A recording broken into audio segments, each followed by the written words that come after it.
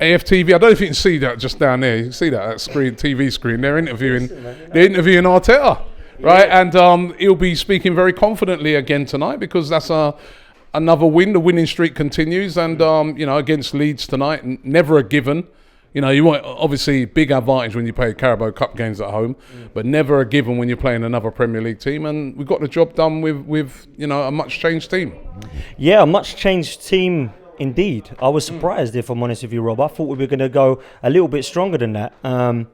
Quite risky from Arteta, in my opinion, because like you say, it was Leeds, and these are no mugs. But I think with the performance of Leeds of late and their league table position, this probably wasn't their priority tonight, and I think it showed in their performance. They went for a fairly strong side, in my opinion. There was a few people that were left out. But the way I saw it was this: we had a poor first half, in my opinion. I don't really think either team did that great, but Leno kind of kept it in us, in the game. Great save by Leno, wasn't it? Outstanding save, absolutely outstanding save, to be fair. And I look at the situation moving forward from there, and I thought there was some disappointing performances from players that I really wanted to shine tonight. Martinelli, Pepe, kind of letting us down a little bit, to be honest, in the first half. They should be saying to Arteta, you need to be picking me in this first side, and I don't think that they got that tonight.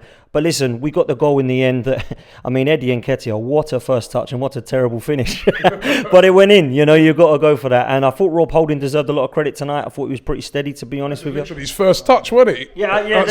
Not Rob Holding, Chambers, yeah. Chambers was his first touch. I actually thought it was Rob Holding, but it was Chambers. But going over the line like that, I didn't actually know what was going on. I thought, is this gone in or not? But we'll take the 2-0. The only thing I will say is some of these players, Robbie, are leaving at the end of this season, and I don't know where the future of some of the others may lie. I thought this was an opportunity for Balogun tonight. Obviously, Eddie has got the goal and it's great moving forward, but is he our future? I don't believe he is. His contract's up at the end of the season. Where is the future for Balogun? I'll be amazed if he doesn't get a loan in January, because this guy is not getting the development that he needs.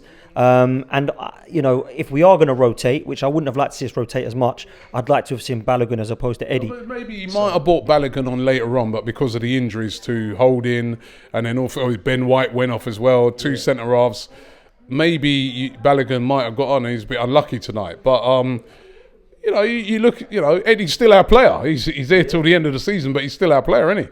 Yeah, and you know what? Going back on what I said, I think Lacazette is still in that position as well. He hasn't signed the contract. Is he our future? We don't know. He was great on Friday. But I think with Balogun, my kind of worry is, where is his future? He signed a new deal, hasn't he? He has signed a new deal, and I think it's, where's his future and what's his development going to be this season for me? So we may have made a mistake by not loaning him out. I mean, I think he'd do a good job for somebody like a Brighton or a Palace, or somebody that perhaps need a striker in the Premier League. Norwich might need some goals. Somebody like that would be potentially a good move for Balogun in January. But this competition, I'd like to see us take it seriously, Rob. I really would, because we've not got Europe. Which is lucky, looking at some of the players out there tonight.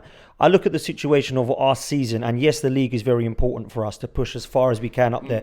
But I love trophies, mate. We're a club that win trophies, and I want to see us take this seriously. We haven't got no FA Cup until January, excuse me, and we're in a situation where we're only playing one game a week at the moment. So when these come in, we should be able to, I believe, put a bit of a stronger team out than that. Tavares being dropped proves to me that Kieran Tierney might be out for a while, because he doesn't want to risk Tavares. That Kolasinac has come in, so you might see that Tierney might be out for a few weeks, which is a massive shame.